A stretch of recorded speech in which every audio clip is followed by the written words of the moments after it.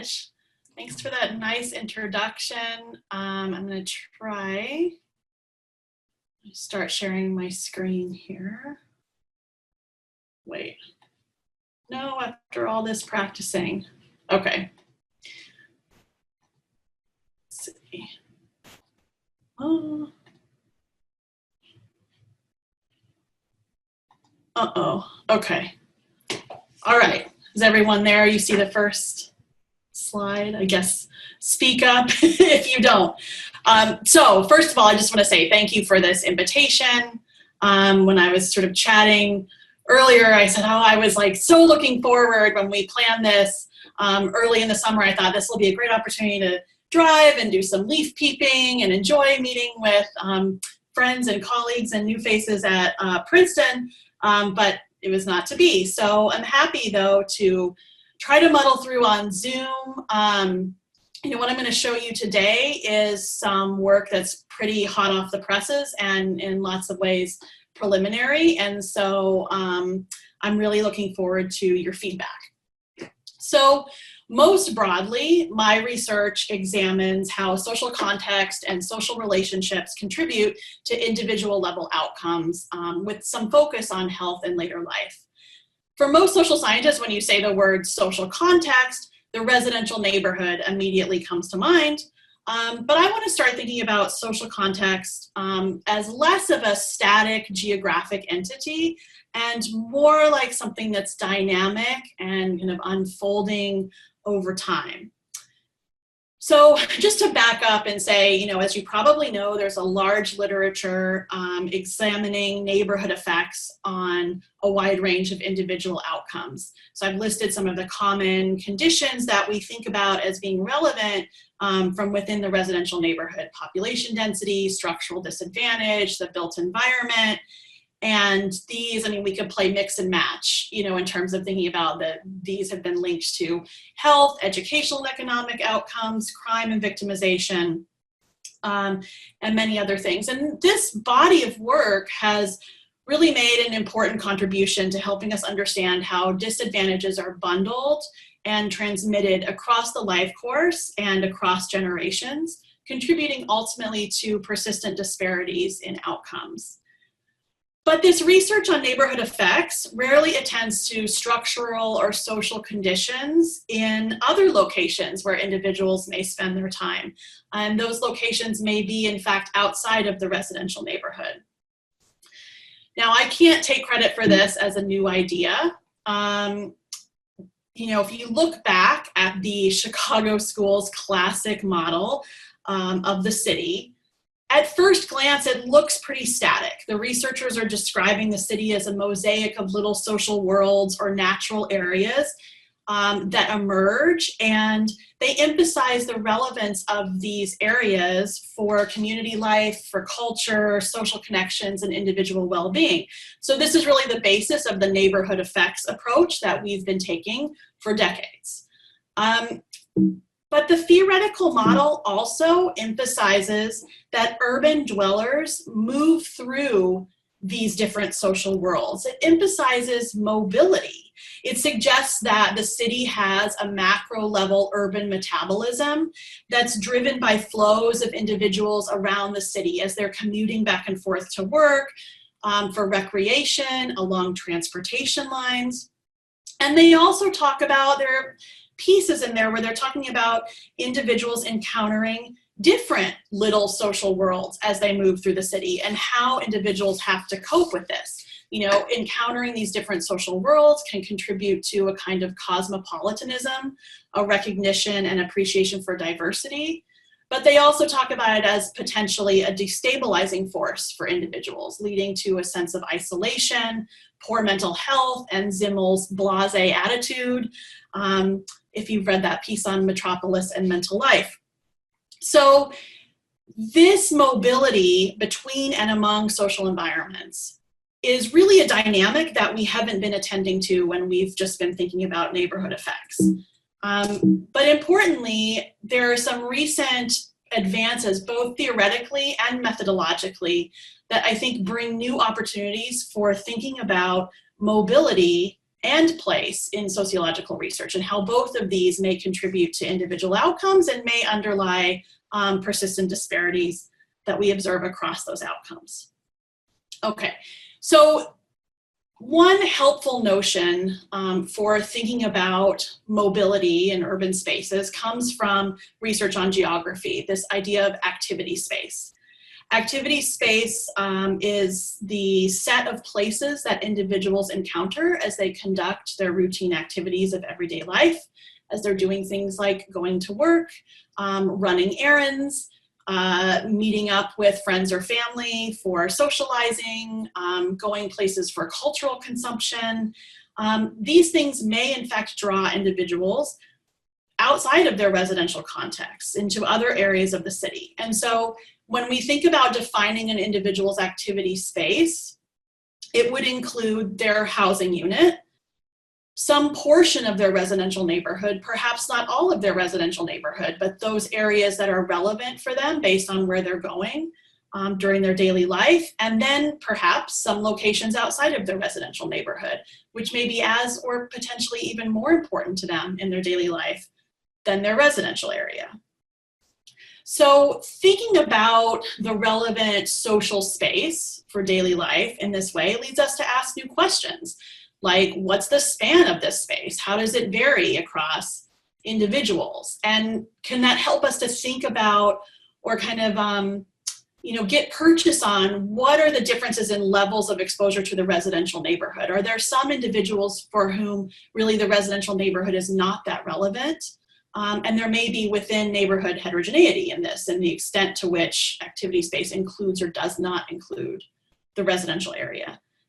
It also brings up questions about what are the characteristics and conditions of these other spaces that individuals visit. We could think about some of the characteristics or conditions that we've looked at within the residential neighborhood, like structural disadvantage, the built environment, social context, and what do those look like in these other spaces where individuals spend time? And then we can think about what are the consequences of these exposures to social environments, especially those outside of the residential neighborhood. There's been some work on this done by some of the researchers looking at the Los Angeles Family and Neighborhood Study called LA FANS. That study was really path-breaking in a number of ways. One of which was that, it was a neighborhood-based sample, and along with the survey, they asked individuals, participants, about the, say, 5 or 6 places that they commonly visit. Like, they were categorized. So they'd ask them, like, where do you go most often for work? Where do you go most often for healthcare? Where do you go most often to see a friend or family member? And then they geocoded the locations that the respondents identified on a map and used those 5 or 6 locations to approximate activity space. So they were really trying to move in this direction using just a simple set of some survey questions. And it actually has produced some really important findings, which suggest that when these locations, these 5 or 6 locations that respondents identified, are more structurally disadvantaged, in other words, they have higher levels of poverty, concentrated disadvantage, that is associated with poorer health and health risk behaviors, regardless of the level of disadvantage within the residential neighborhood. So it suggests that the conditions of these activity spaces matter. And there's also some evidence that conditions within activity spaces may modify or condition the way that residential neighborhood is associated with health. So there's some early indications here of the importance of activity space for individual health outcomes. But what I'm excited about doing is extending this work by using some new methods that are available to us through smartphone-based data collection. We can get a much more nuanced and fine-grained look at where individuals are going by, for example, giving them a smartphone to carry around and tracking where they go, or using an app on their own phone to do that. And then, we can also use smartphones to get some real-time assessments of how individuals are experiencing these spaces, what do they see, How do they perceive those things? You know, does it affect them in ways that, you know, may be associated with fluctuations in symptoms or emotional affect, things like that.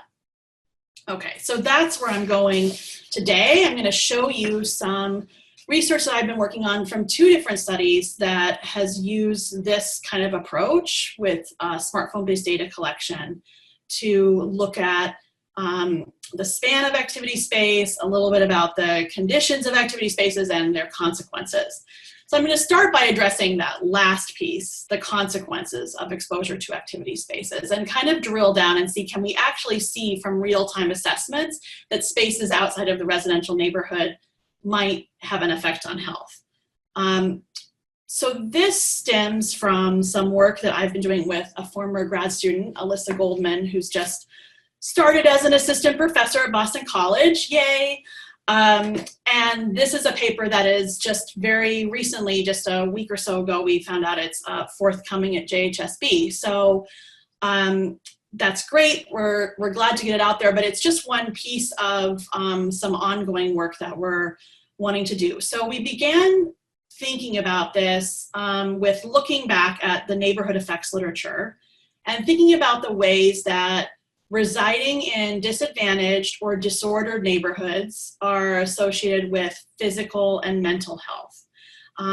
So for those of you who aren't sort of deep into the neighborhoods literature, I'll just pause here and say, when I talk about disadvantage here, I'm thinking about concentrated disadvantage. Typically, you know, this could be assessed by high rates of poverty. It could also be sort of a host of conditions like high poverty, low levels of high levels of unemployment, low levels of education within that population or in that area. And then when I talk about disorder, I'm talking really about observable physical indicators of, you know, things like dilapidated or abandoned buildings, litter, graffiti, damaged sidewalks, or behaviors like people yelling, evidence of, you know, drug use, things like that. So there have been different studies that combine these indicators of disorder to think about them as evidence that there's a lack of social organization or a lack of informal control in the neighborhood. And both socioeconomic disadvantage and disorder have been associated with poor physical and mental health. Most of the studies that find these associations have looked at them over the long term, like, you know, surveying individuals 1 year, sort of collecting information about their neighborhood conditions, and then a few years later coming back and saying, well, they're more likely to have hypertension if they were living in a structurally disadvantaged neighborhood at the prior wave. So that makes it really hard to think about what the mechanisms are that might link these conditions to poor health outcomes. I've listed a few here that have been, you know, examined or have found support in various studies. When Alyssa and I were working on this together, we started thinking about the importance of the stress response in this. So, and this is a sort of an idea undergirding a lot of this already, is that, you know, when individuals encounter these conditions, there's a physiological stress response. There's a release of hormones followed by cortisol and this sort of fight or flight stage. And as part of that physiological response, individuals often experience some symptoms: shortness of breath, dizziness, sweating, weakness, pain, fatigue. These have all been supported in sort of the biomedical literature that looks at the stress response, although it's not totally clear for each of them like exactly how they relate to it.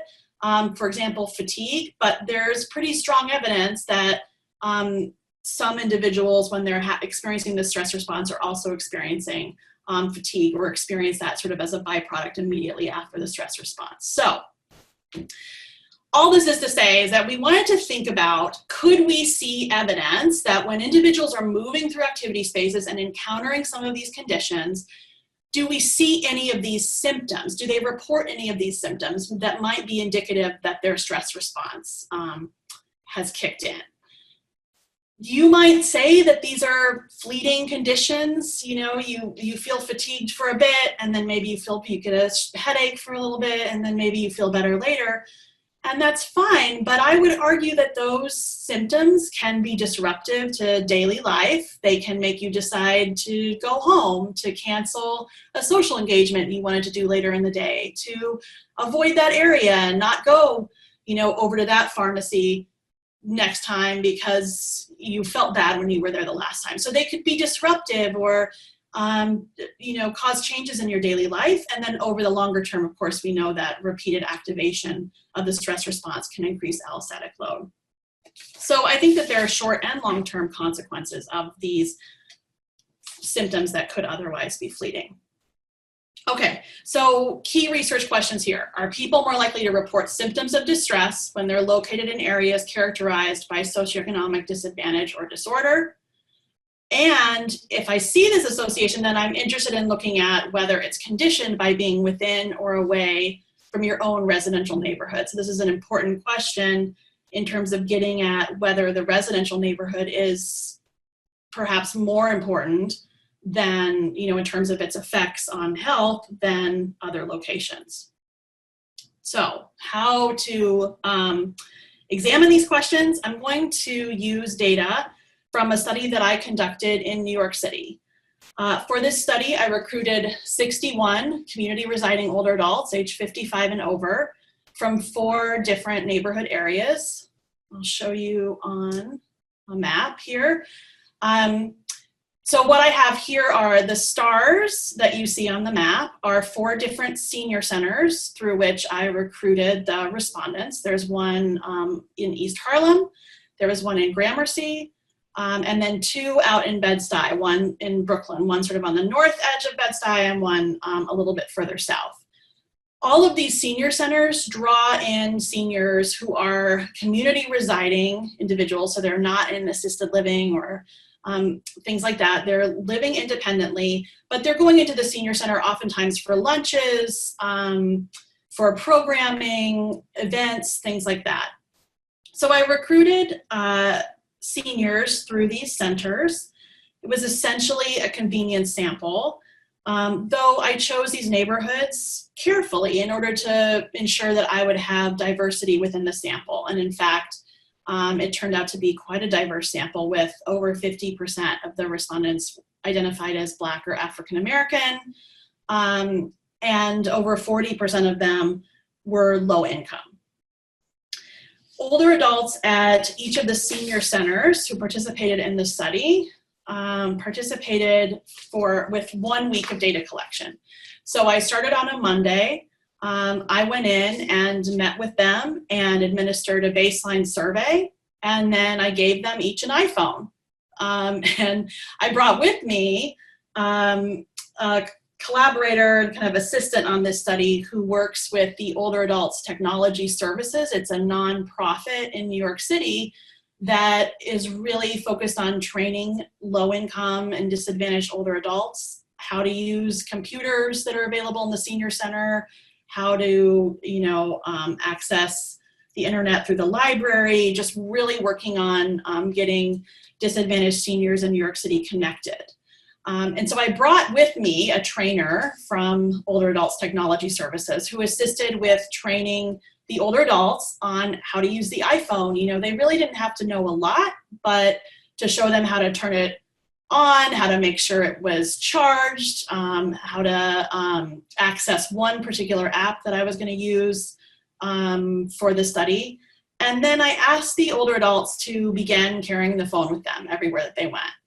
You know, for many of them, this was really novel. Most of the seniors in my study, except for some of the seniors at Gramercy, most of the other seniors did not have a smartphone themselves, although lots of them had seen like their grandkids using them. And so they thought it was pretty cool to have their own phone to carry around. So as they carried the phone, I began collecting their GPS locations. I pinged the phones to capture GPS every 5 minutes. They didn't know this was happening. They're just carrying the phone. It's not telling them anything. And I got pretty good accuracy radius on those locations. So I started doing that Monday, Tuesday, and then Wednesday morning, they came back to the senior center. I went back and met with them again, and we did a second training. And this training was to show them how to complete ecological momentary assessments on the phone. So EMAs, ecological momentary assessments, are short surveys that this is a method used to capture experiences or attitudes within a particular natural setting, like kind of real time, like where are you, what are you doing, how do you feel? And sending EMAs via smartphones is a really exciting new opportunity to sort of administer a survey in the moment, you know, where people can tell you these things rather than having to ask them to recall it, you know, from the previous day or the previous 24 hours or even over a longer time period. So I used a survey app to administer the EMAs. Beginning Wednesday evening, I pinged them for the first EMA, so they would get a text message saying it's time to complete your first survey. They would go into the app and they'd answer about 15 to 20 pretty simple questions, and then the app would transmit the data to me, to a server that I had at Cornell. And so that started Wednesday evening, and then 4 times a day on Thursday through Sunday, I pinged them to complete EMAs. And so I had a total of 17 across the across those 4 days and Wednesday evening. The response rate was really high. Everyone's like, is that a typo? No, it was really high. These seniors were very engaged. They were excited to do this. They wanted to tell me about where they were going and what they were seeing and how they were feeling. In fact, oftentimes after they would complete an EMA, some of them would send me a photo or they'd send me a text message and say, I'm doing this or that. And, you know, they were just eager to share what they were doing. And I think, you know, I didn't tell them a lot about the purpose of the study, but I did convey to them that, like, I wanted to understand what their daily life is like. And I wanted to understand where they go. And I think there's this misconception that seniors don't go very far, that they're pretty tethered to their neighborhoods and maybe they're isolated. And I think a lot of them really wanted to combat that, you know, and say, like, I'm out doing this and that. So it was really fun to learn these things from them. And then they carried the phone until the following Monday when I met with them one more time. They returned the phone to me and we debriefed on their experience. Okay, so that's the general setup of the study. I'm going to talk a little bit about the variables that I'm going to use. Oh, wait, no, I'm not. First, I'm going to show you a map. So this is just a map of all of the activity space locations that I collected over the course of the 7 days. I'm not going to dive into this too much, except just to say about 40% of the observations found the respondents outside of their own tract. And on average, respondents visited 31 tracts over the course of the study. So if you think of a tract as a neighborhood, they were encountering many more neighborhoods than just their own. Here's the activity space observations on the left. On the right is the locations where EMAs were completed. The intention with the EMAs randomized within 4 time windows a day was to get kind of a randomized subset of the locations where the older adults went. And in fact, it looks fairly representative. So those are all the locations where they completed the surveys.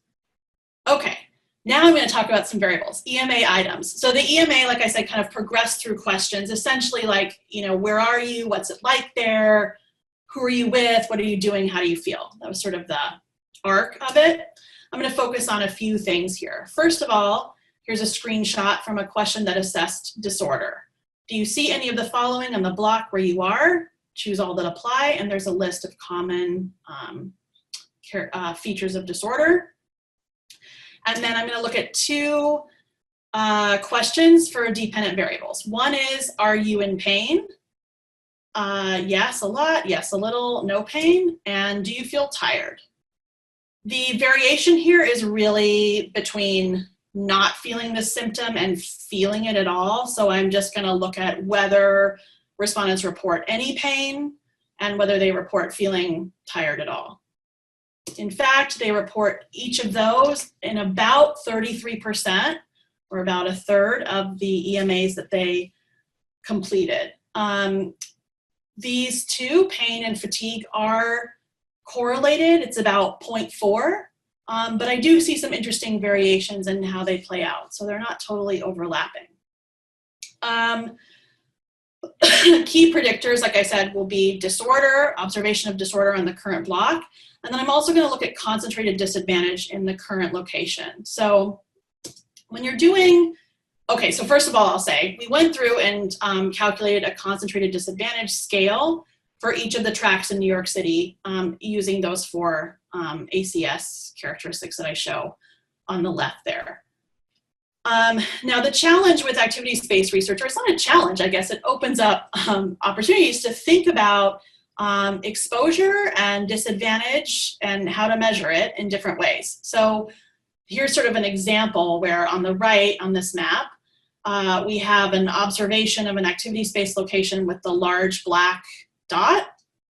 And so there are a couple of different ways we could go about this. We could assign the concentrated disadvantage score from tract 188 to that location, because that location is within tract 188, right? But another way to do this is to draw a buffer around that location. In this case, I'm using a 50-meter buffer, so it's roughly like 160 feet. So it's a 50-meter radius, so it's 160 feet in all directions around that location. And I want to think about concentrated disadvantage within that space, because the way that I chose to think about this was like I wanted it to be what the respondent could presumably observe or sense, perceive in some way, rather than just kind of assigning it to that tract. And so I did this, and then to get the level of concentrated disadvantage for that observation, I just take the weighted mean for the tracts that fall within that buffer. On average, it's about 1.5 tracts on average across all the observations. So, you know, oftentimes it does involve more than one tract.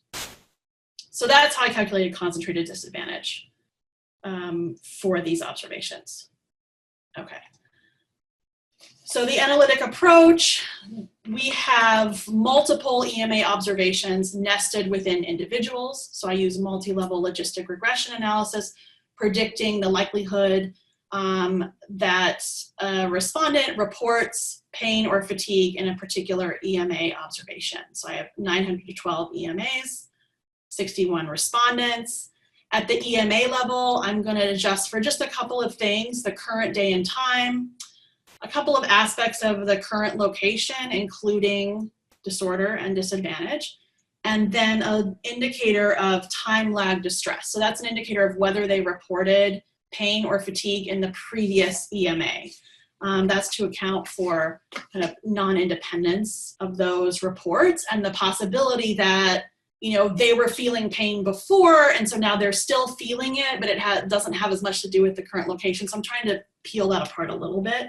It's not perfect, but that's sort of the approach that I took. And then at the respondent level, I'm just going to adjust for a few respondent characteristics, including age, gender, race, and education.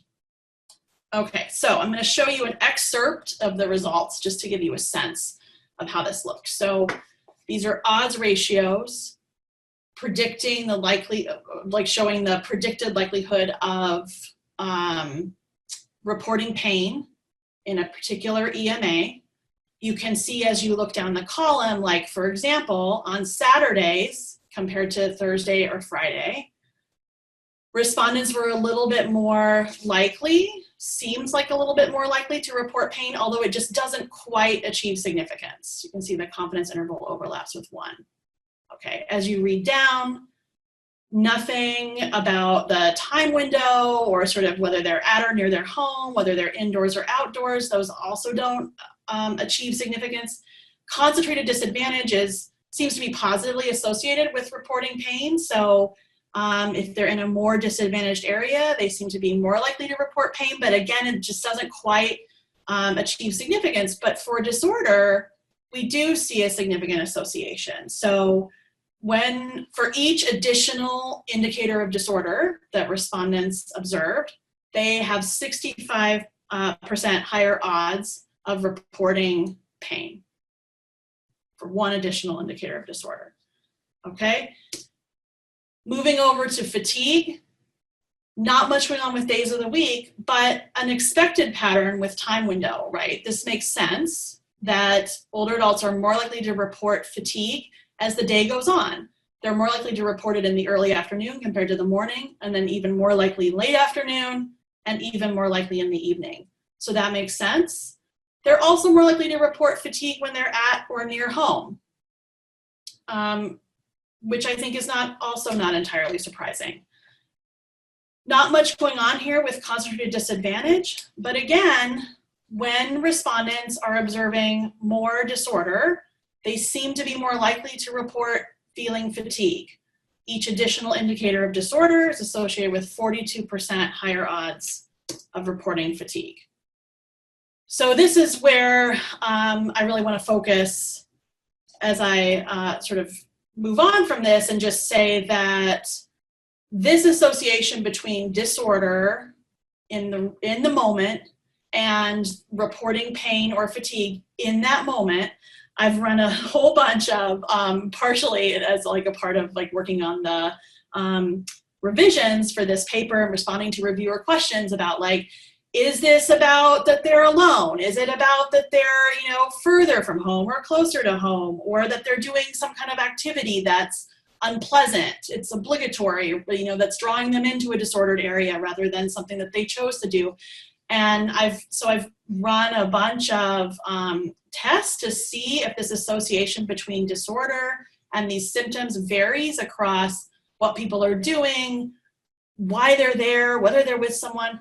I don't really observe any differences. It just seems that just, you know, observing disorder is associated with these symptoms. Now, the one difference that I do observe is that when individuals are outside observing disorder, so presumably directly on the block, rather than, you know, they're inside and I'm asking them these questions about what's going on outside, being outside and observing disorder, that is more strongly associated with pain and fatigue. So I'll show you here, just to summarize, two important points.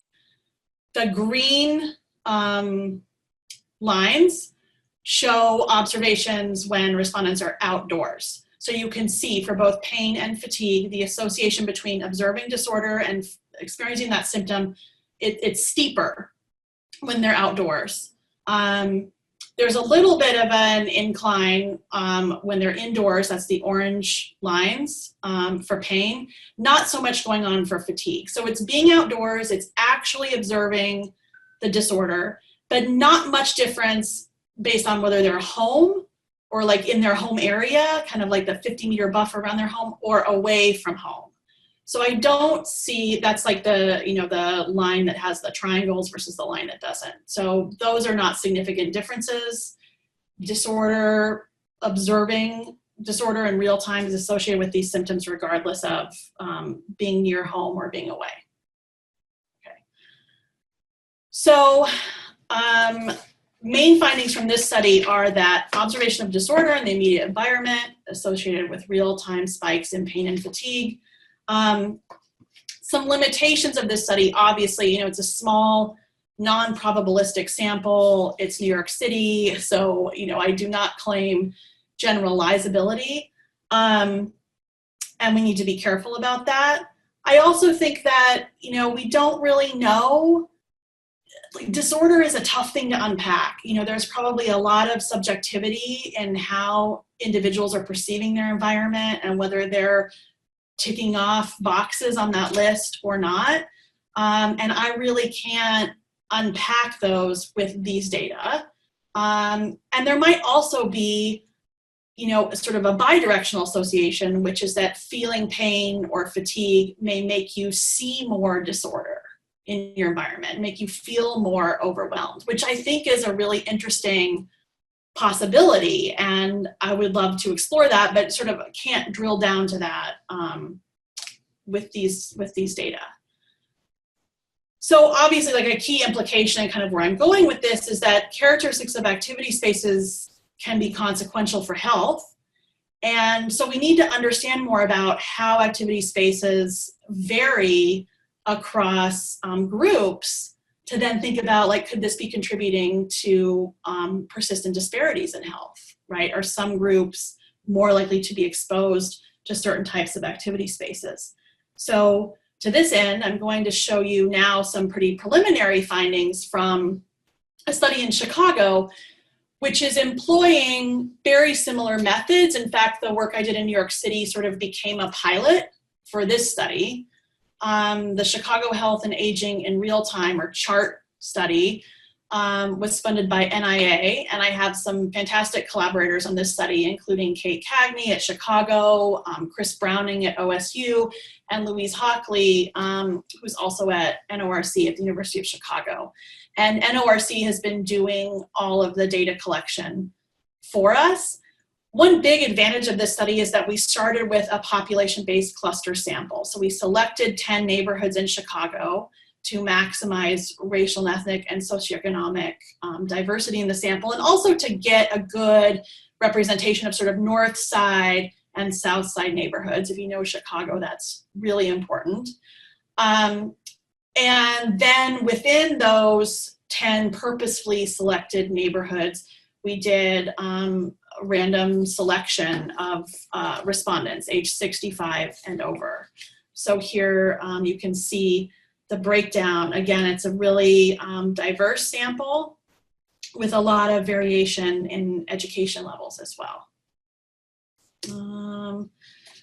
So I won't go into this in a lot of detail because, like I said, the methods are pretty similar to what I described from the New York City study, although NORC was running this and not me with carrying phones around New York City and going to senior centers, which was really fun. But yeah, so we have 450 older adults that we enrolled. We did 3 waves of data collection, 6 months apart. So we have basically data collection for 7 days, and then they have 6 months off, and then they do data collection for 7 days again, and then 6 months off, and then another 7 days. Each wave had an in-person baseline questionnaire. The data collection involved both GPS tracking over the 7 days, as well as ecological momentary assessments. We pushed the limits and did 5 pings per day for 7 days. It's really kind of an interesting question as to, like, how many of these can you request before respondents start to get annoyed or fatigued with completing the EMA. So we did 5 per day for 7 days. They were randomized within time windows. And across all waves, we got an average of 41 and a half EMAs per respondent. So the response rates here, they vary across waves, but the response rates on the EMAs are lower than what I had in New York City. They're more in the like 45 to 50% range.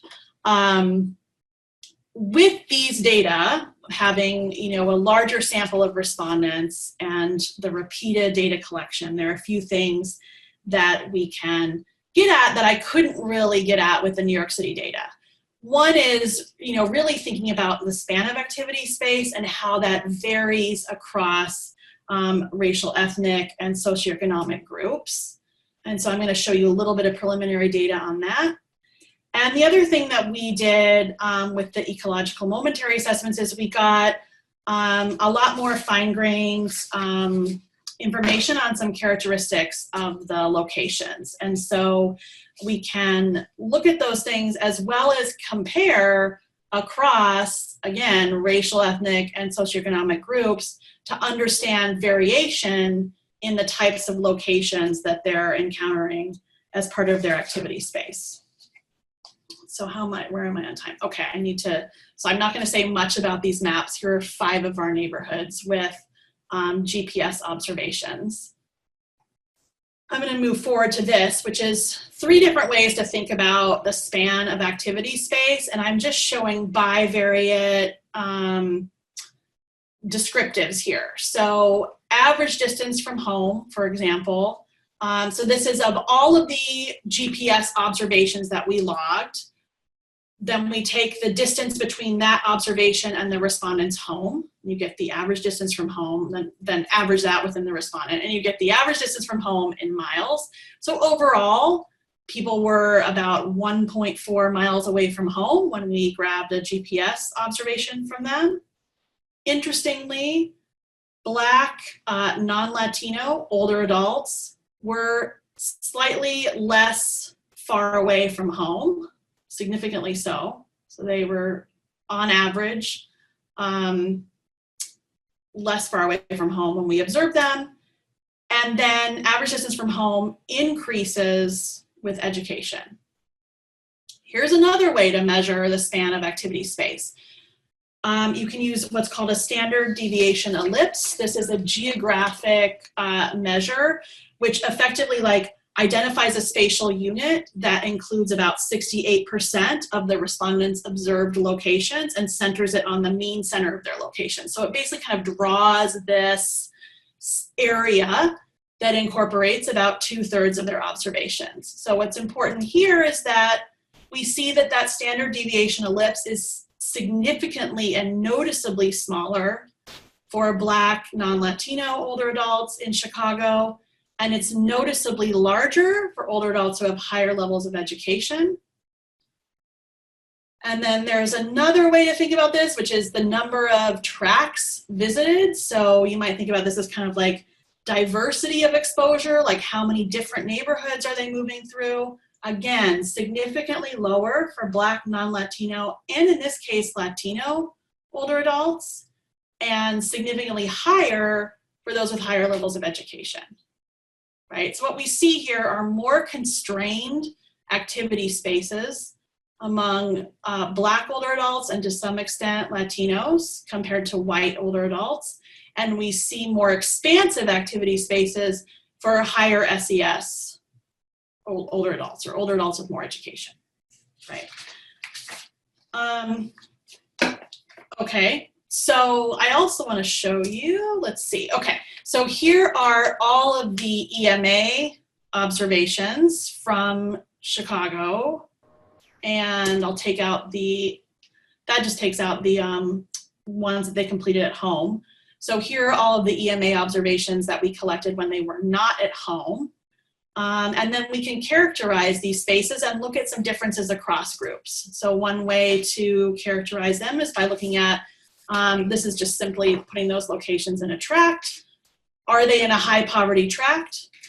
Black older adults are more likely to be in a high poverty tract when they're completing an EMA where they say that they are not at home. So these are non-home EMAs. So when they're out and about, they're more likely to be in a high poverty tract than white older adults, and compared to Latino older adults. Latino older adults are more likely to be in a high poverty tract than white older adults. If you look down below, there's education with the blue bars, and you can see higher levels of education, that BA or higher, they're significantly less likely to be in a high poverty tract. For Erin, disorder, just to mention that we're at around 12:45, so if you can judge how much time you want to leave for questions. Okay. Thanks, Erin. I'm almost, believe it or not, I'm sort of almost on the last point here. So disorder, we don't see a lot of variation actually across racial, ethnic, or socioeconomic groups. And I'll skip ahead just to show you one thing. We also looked at, based on the EMAs, their appraisals of social cohesion within the local area and informal control within the local area. So, and we got some interesting variation there too. And so this was kind of an experiment to see, could older adults, kind of observe this or infer it from what they're seeing in their surroundings.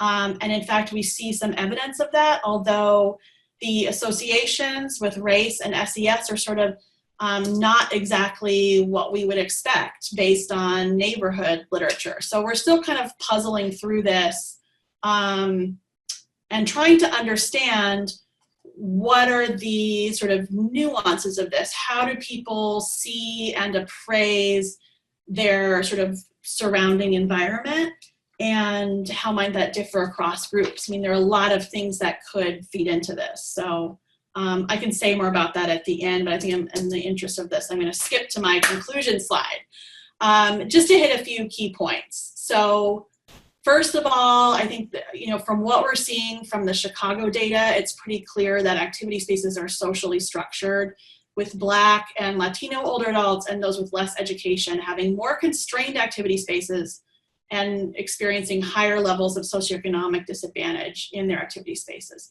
The more constrained activity spaces is one that's really interesting to think about, because it means that they are likely more exposed to the neighborhoods that immediately surround their neighborhood. And if you are familiar with literature on residential segregation, and especially on the south side of Chicago and neighborhoods that are primarily African American, they oftentimes are surrounded by other neighborhoods that are similarly racially segregated. And so this may be reflecting some patterns of activities, that kind of keep Black older adults in particular within that space of their neighborhood and just those surrounding neighborhoods. But that's something that we're digging into more using the GPS data.